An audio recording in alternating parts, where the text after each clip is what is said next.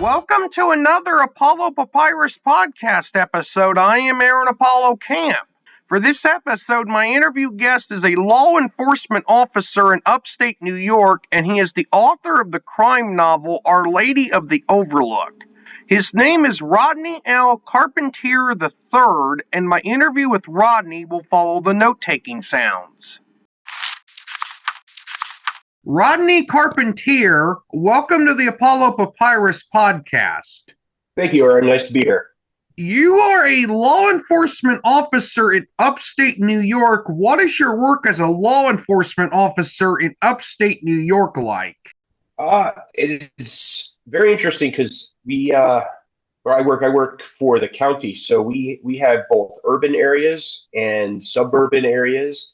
And we also have very rural areas where there's very little law enforcement, very little people, and we're also very close to New York City, so we have a lot of traffic that comes back and forth from the city all the time. Also, feel free to tell our listeners more about yourself.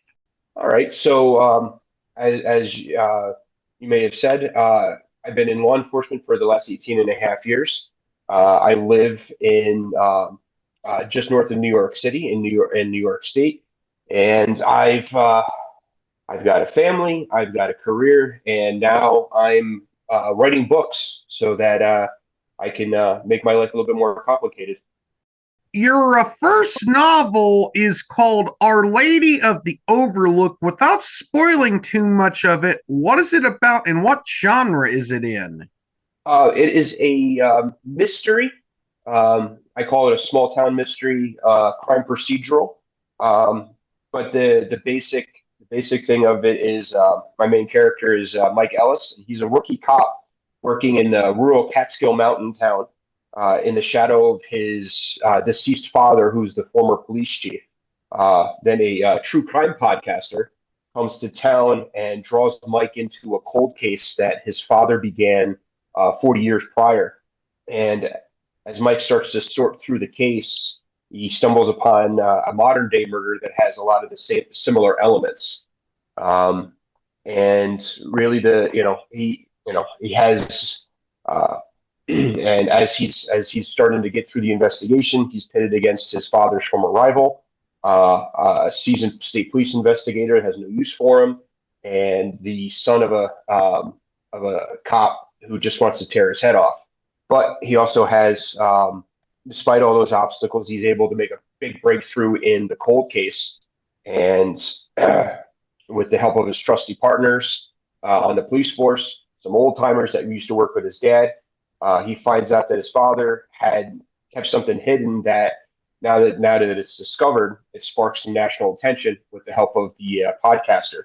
But then as the spotlight kind of shines on what's going on in the past, Mike loses grip on the promises and the things that he was doing with the modern day case, and kind of has some consequences with that. And really the question of the novel is can Mike reconcile the relationship with his father that he doesn't truly know, and also solve two murders separated by 4 decades?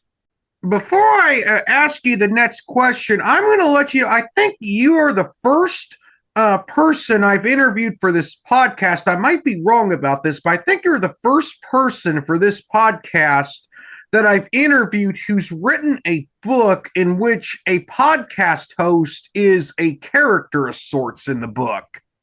Okay. It's kind of a newer thing, so that may be the case. Now, my next question is, did your work in law enforcement inspire you to write Our Lady of the Overlook?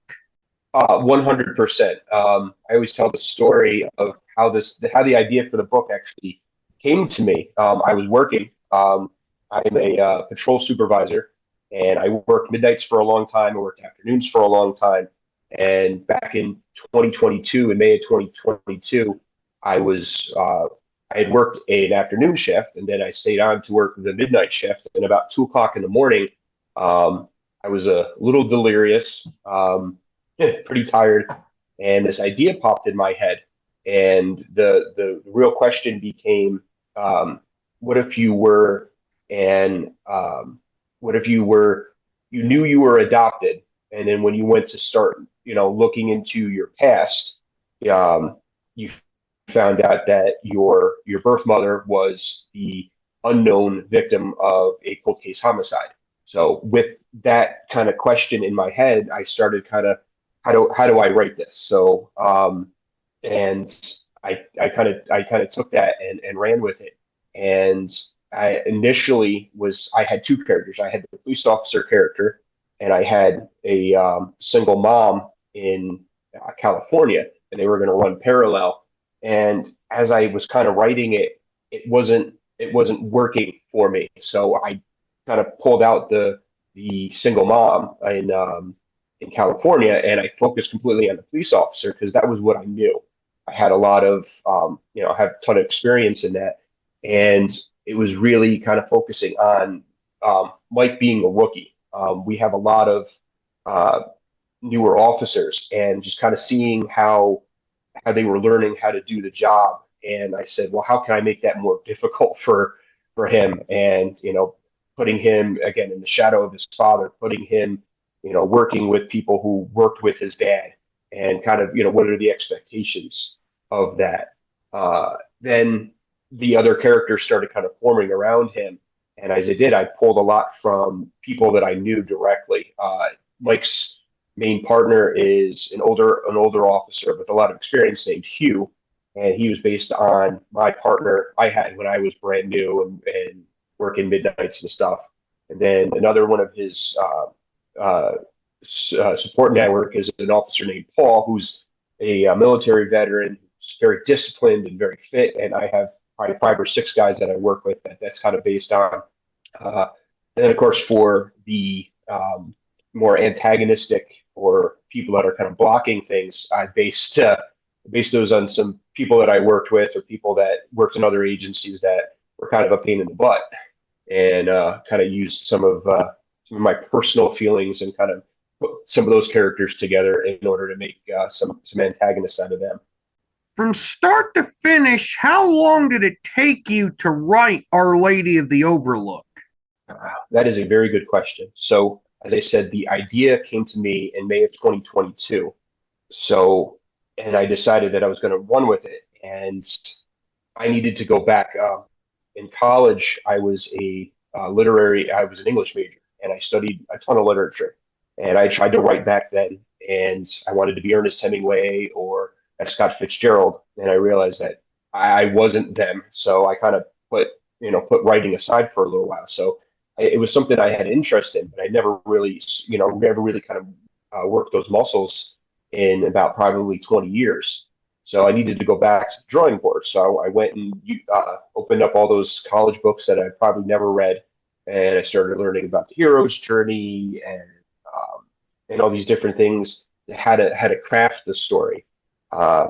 Then I wound up on probably 5 or 6 different podcasts talking about craft, talking about form, talking about how how to actually write the book.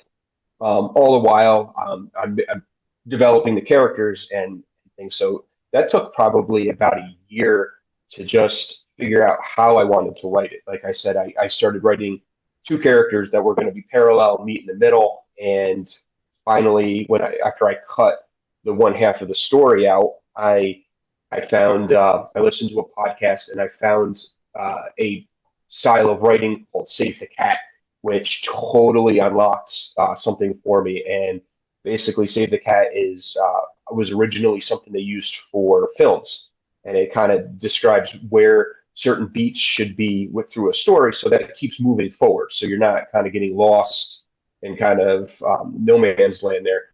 So once I did that, I was able to plot out the different places and where things needed to be. It was kind of like it was like a slide. I started pushing right through that, but still that took probably that was in the beginning of 2023. Fast forward to the end of 2023, I finally finished the first draft, and then I start revising. I go through. I think my first draft had like 86,000 words. By the time I got done revising, I'll use scare quotes there. I had gone from 86,000 words to 104,000 words.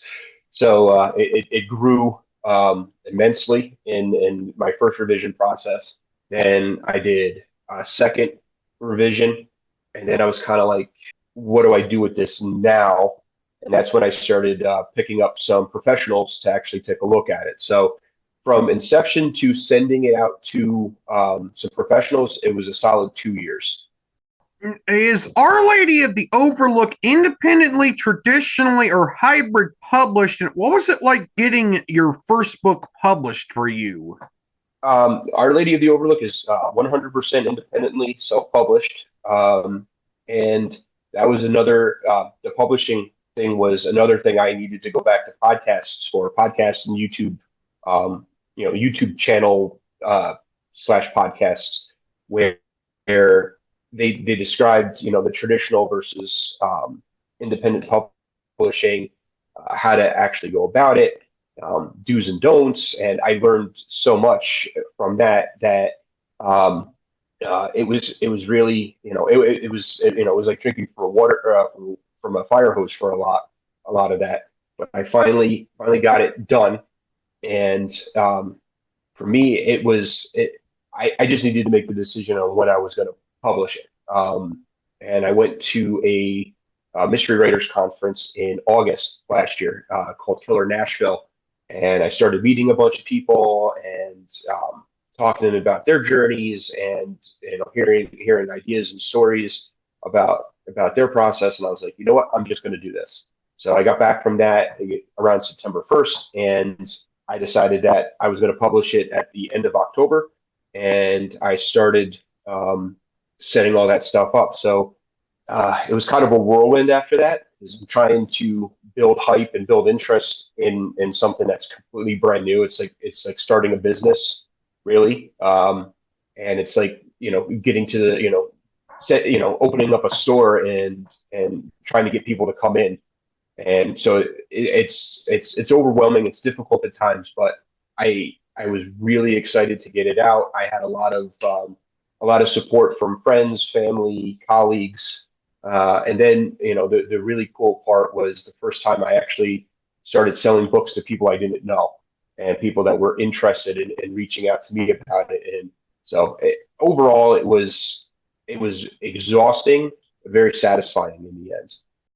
Do you have more books currently in the works, or are you considering writing more books? And if so, what are some ideas you have for books that you will or may write in the future? So Our Lady of the Overlook is just the first book in what I plan to be a trilogy. So the second book is called Quiet Whispers of the Overlook. I just got the first edit completed and back to me from a brand new editor that I'm working with. So I literally got those notes less than 24 hours ago. So I have to go through all that. So I'm kind of about elbow deep in working on that right now. I'm also working on a very old project. Back when I wanted to be Hemingway and Fitzgerald, I had started this. It was going to be a novel about some kids at a private high school, or a kind of like a school ties kind of thing. And it never really materialized. But now that I have this new superpower of actually how to organize a story, I'm hoping that I can take old cockeyed notes and kind of turn it into something. So I'm about halfway done with that.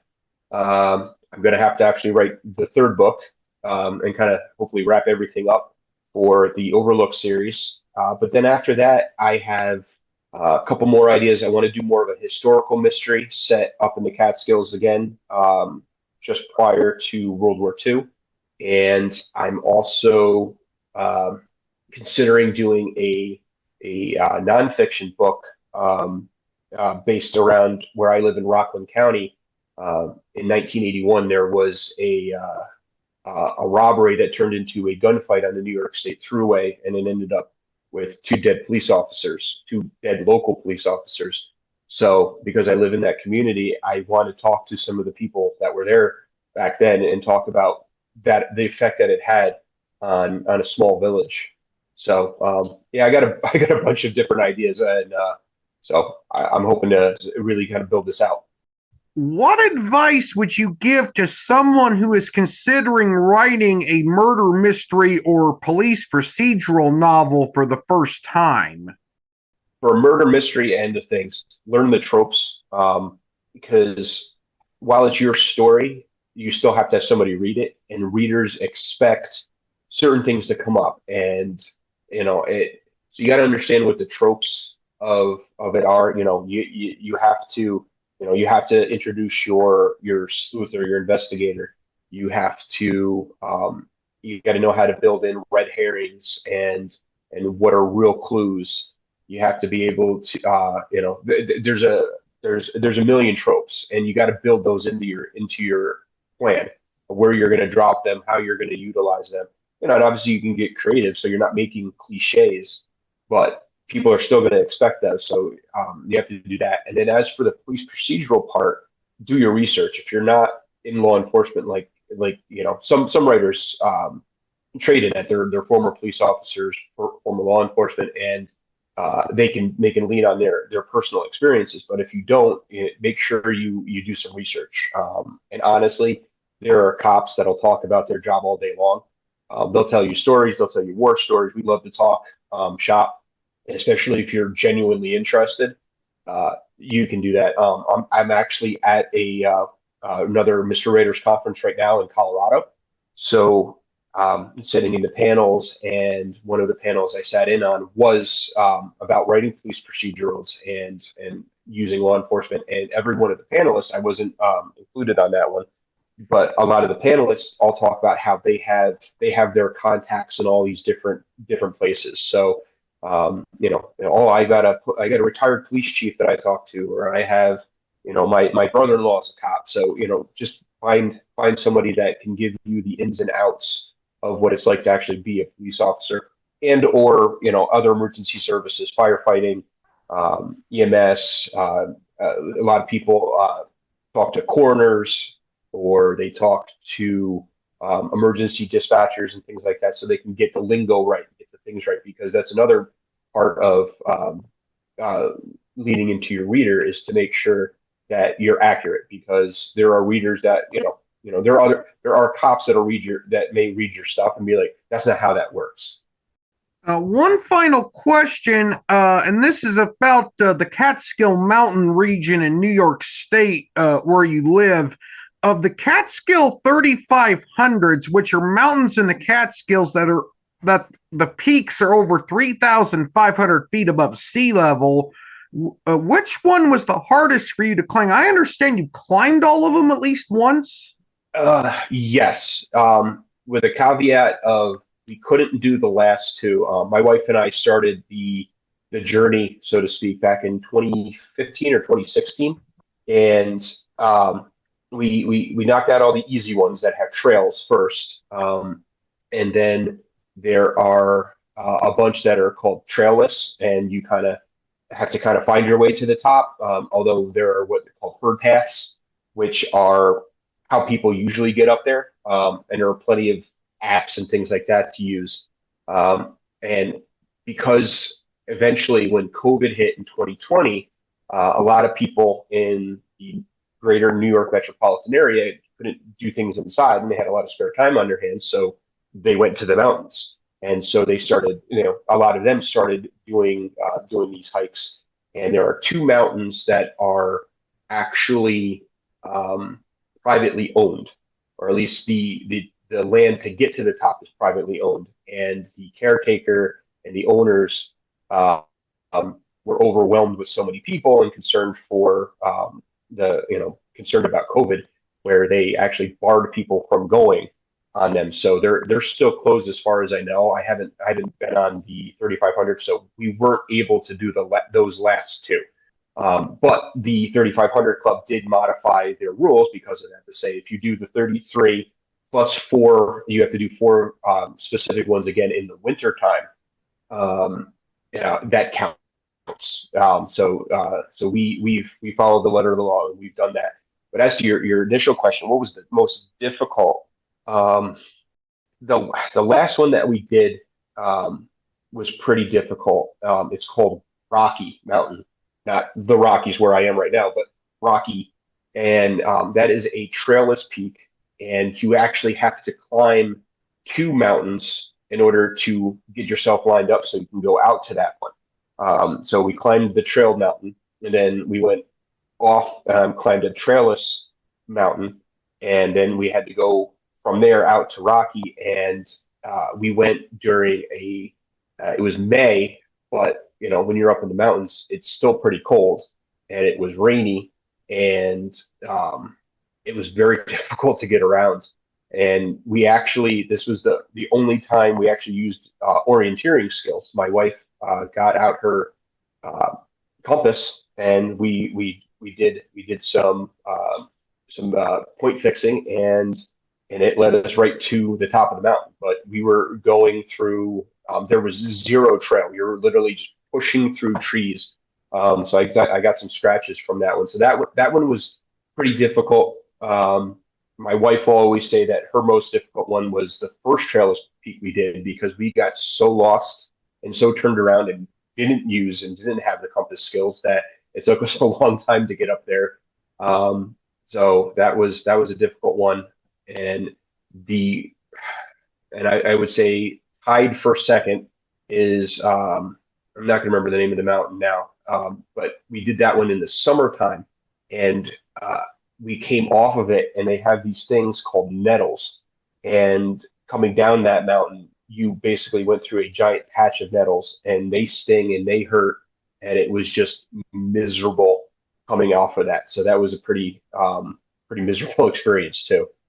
Rodney, thank you for appearing on the Apollo Papyrus podcast. You were a wonderful guest to interview. Thank you very much, Aaron.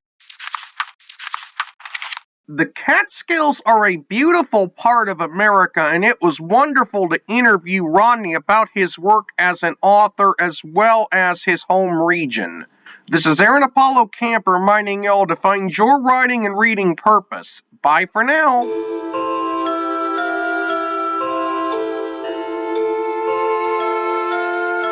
Copyright 2025, Aaron Apollo Camp, all rights reserved. This podcast episode is intended for the private listening of our audience. Any reuse or retransmission of this podcast episode without the express written consent of the podcast host is prohibited except under fair use guidelines. Royalty-free music and sound effects obtained from https://www.zapsplat.com.